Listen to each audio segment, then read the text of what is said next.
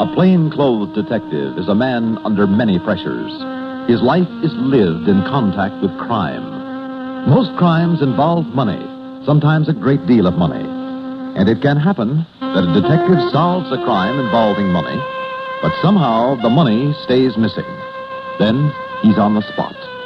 Ugly whispers start behind his back, and only he knows whether he is innocent or...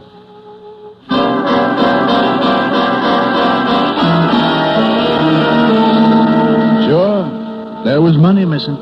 60 grand, to be exact. Tony Belmont and two hoods took it away from the Summit Finance Company by holding up one of their messengers. But I thought I recognized the description the messenger gave of the leader, and I brought in Tony. But I didn't bring in the money. And 60 grand's a lot of dough, so there was bound to be talk. Well, talk's cheap. And I wasn't surprised when I walked into the precinct house and got a sour look from Sergeant Brunson on the desk. Hello, Brunson. What's booked? Hello, Dresser.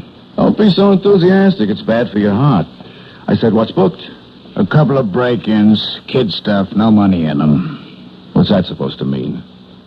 I wouldn't know, Dresser. I want to see Sloppy Peters. Where is he? You could look downstairs on the pistol range. Thanks, I think. I went down the splendid old stairs to the pistol range in the basement. Sloppy Peters was my sidekick. He usually dressed like a scarecrow after a bad winter. If he ate soup, Sloppy spilled it on himself. If he got his hand dirty, he mopped his hand over his face, got that dirty, too. Half the time, his socks didn't match. But he knew his job. Down on the range, Sloppy was popping away with his police special. Hiya, Sloppy. Hiya. Hey, Sloppy, I said hello. Yeah, I heard you. Hey, what's eating you? Why should anything be eating me? Well, that's what I'm asking you. Hey, you're holding your gun wrong again. Let me show you. There. 5 in the black. Hey, Sloppy, where are you going? But Sloppy Peters had turned his back and walked out. I spent the afternoon going over the break-ins, got back to the precinct in the evening. I was checking out. I had on a new outfit, $150 tan linen suit, custom-made silk shirt, $50 two-tone shoes, and a $10 tie. But what was anybody to say? Clothes were my gimmick, my trademark. The newspapers even had a nickname for me, Nifty Dresser. And besides, as I said, it was vacation time for me. I expected a comment on my new duds from Bronson, but he just looked at me and looked away.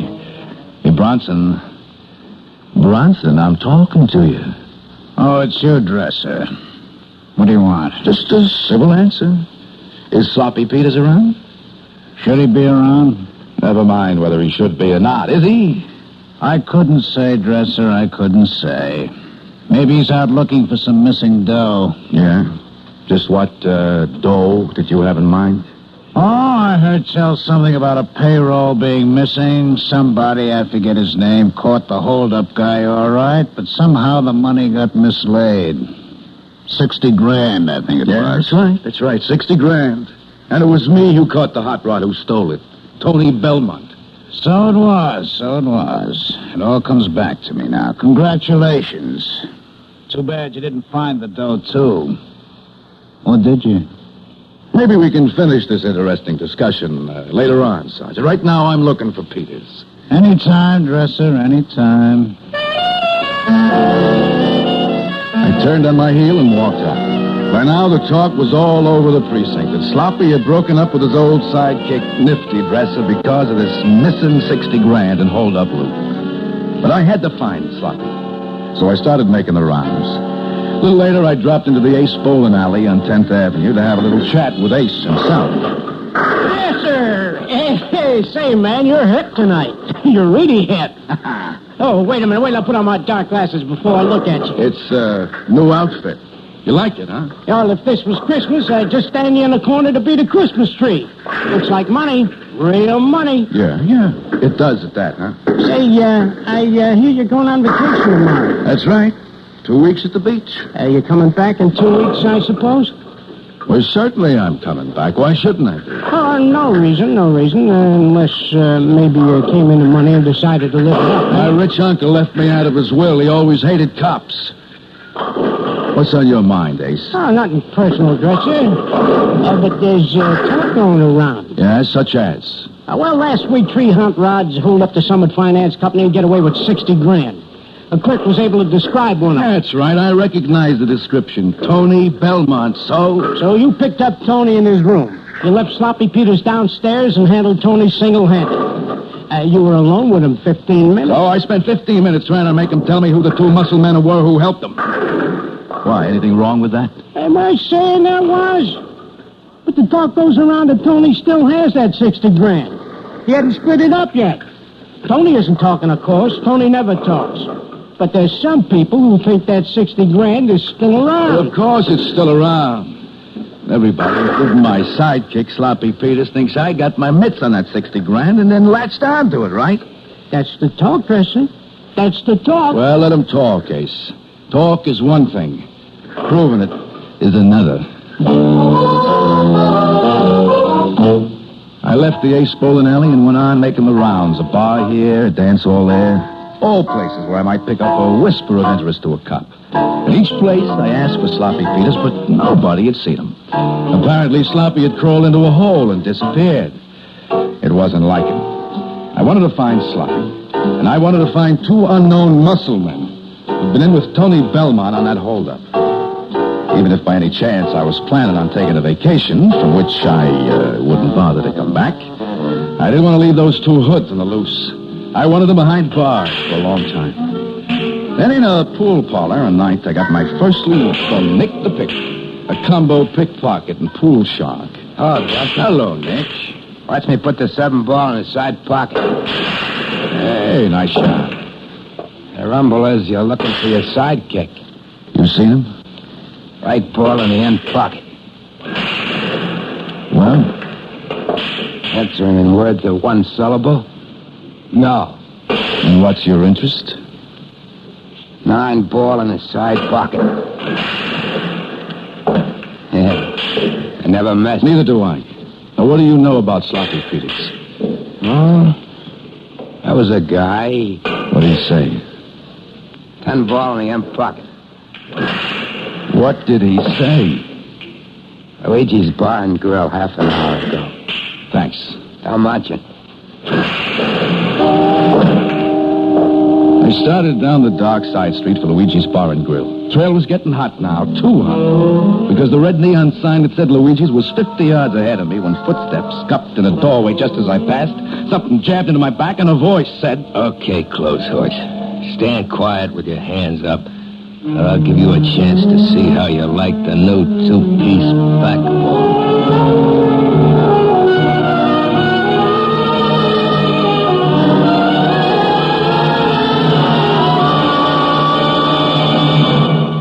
In just a moment, we will return for the second. It was a gun in my back. And there were 2 men behind me, a big one and a little one. I recognized the voices. Phil Whip, the little one, and Wheezy Blaine, the big one. Wheezy took my gun and then frisked me. $50, that's all he's got. The dough ain't here. What do you expect? Did he be carrying it on him? They could have 60 grand in his pocket? He's got it hid someplace. Hello, Phil, Wheezy. So you 2 mental giants were the ones in on the finance company hold up with Tony Belmont. Shut up, Dresser. We'll do the talking. So you laid a trap for me, huh? You knew I was looking for Sloppy Peters. He left word he was in Luigi's to get me to come this way. All right, since you feel so much like talking, talk.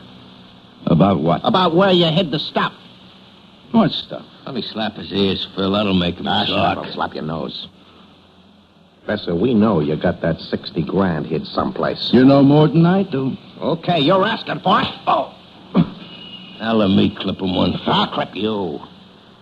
Just keep your eyes open so we ain't interrupted. Okay, Phil. Okay, but he's gonna talk. He'll talk. He'll sing like a quartet.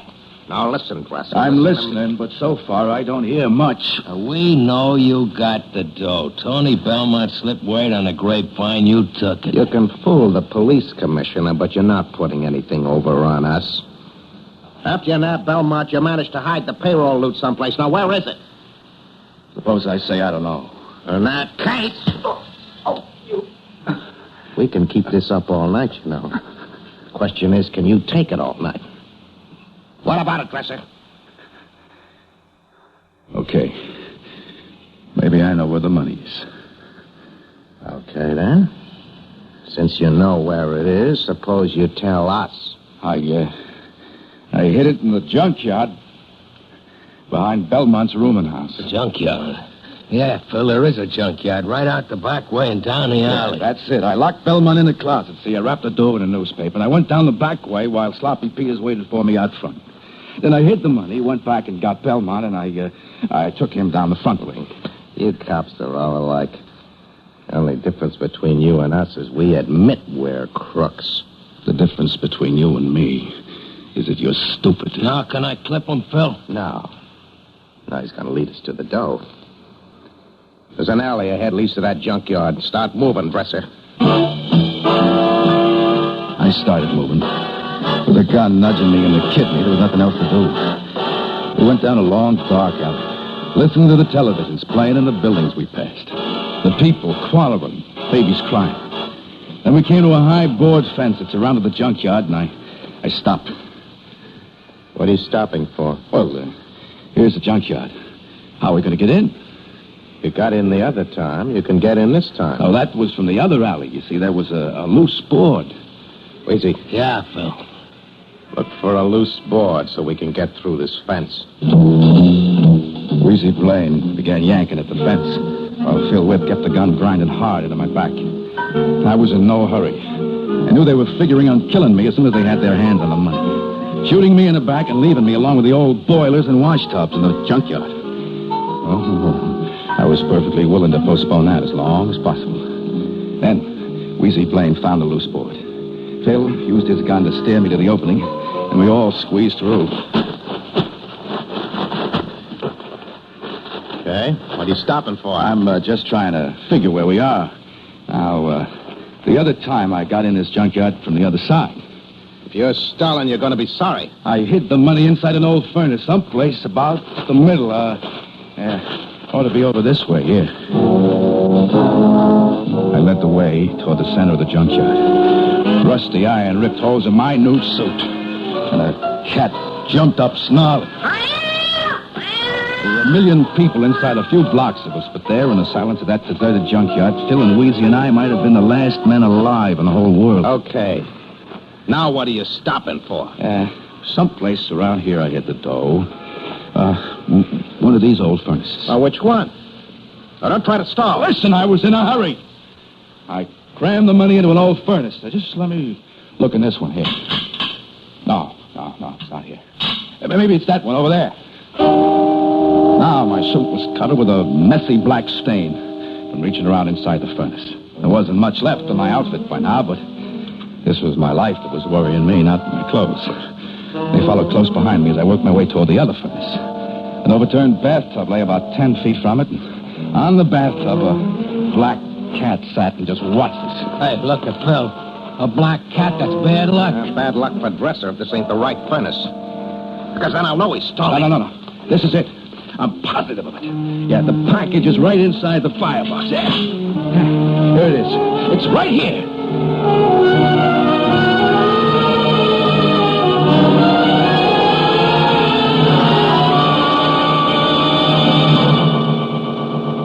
In just a moment, we will return for the concluding act of Suspense.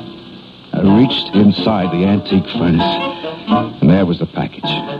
But it didn't hold any money. It held a revolver. As soon as I had it in my hands, I dropped to my knees and I yelled, "Okay, Sloppy, shoot!" Phil, the bathtub is shooting at it. Out! It's a trick dresser. I'll fix your wagon! I ducked behind some scrap iron. Before Wheezy Blaine could find cover, he grunted and fell over an old washtub and lay there. Phil Whip started to run. I couldn't get a shot at him. But the bathtub of Sloppy Peters was hiding under heaved and jerked and toppled over. Sloppy stood up, a 6-foot scarecrow, and lifted his gun. Phil Whip fell into some rusty machinery and lay there, not even moving. Sloppy Peters put his gun away and came over to help me up. I had gotten tangled up in some loose wire. Okay, Johnny. Give me a hand. That's it. Oh. Thanks, Sloppy. Now, let's find the money. It's here, is it? Well, sure it is. I told you it was. In the same boiler where I had the gun hid. I'll get it right out. Yeah, here it is. In the pillowcase, I dumped it in after I cuffed Tony Belmont. Yeah. Stay just as safe as in a vault. Let's have a look at it. Sure. Pretty, isn't it? Yeah, very pretty. Now, let me have it. Let you have it. All of it. Now, don't argue, Johnny.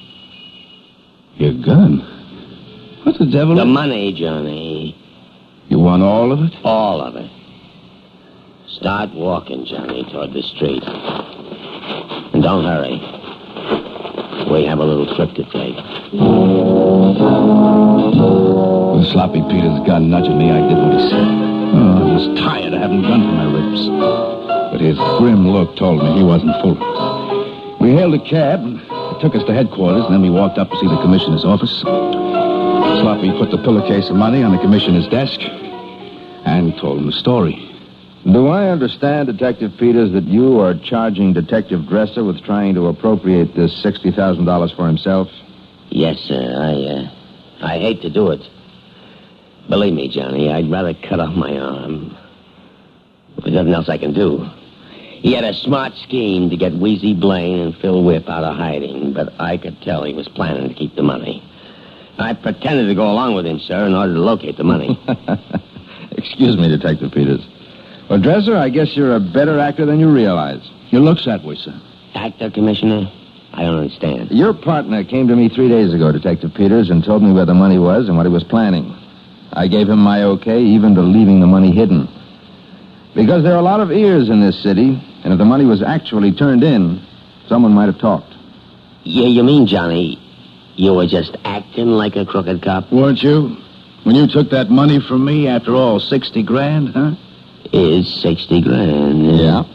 That's the way I thought you figured. Peters, I'm glad you did what you did. Convincing proof of your own integrity. And Dresser? Yes, sir? I want to congratulate you. It was a well-worked-out plan. Except for one bad mistake. Mistake, Commissioner? Look at your partner. I believe they call him Sloppy Peters. And no wonder. Dirt all over him. Face, hands, hair. Your mistake, Dresser, was this. You had him in a bathtub. Why didn't you put in some soap and water, too?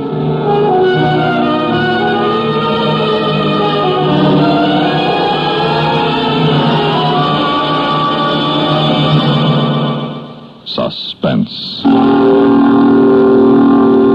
You've been listening to 60 Grand Missing, written for Suspense by Robert Arthur. Heard in tonight's story were Bernard Grant as Dresser. Others in the cast included Ralph Bell, Leon Janney, Sam Raskin, Joseph Julian, Mason Adams, Michael Caine, and Nat Owen. Listen again next week when we return with Daisy Chain, written by Robert Forrest. Another tale well calculated to keep you in Suspense. The Kingston Trio next, followed by latest CBS News and Have Gun Will Travel.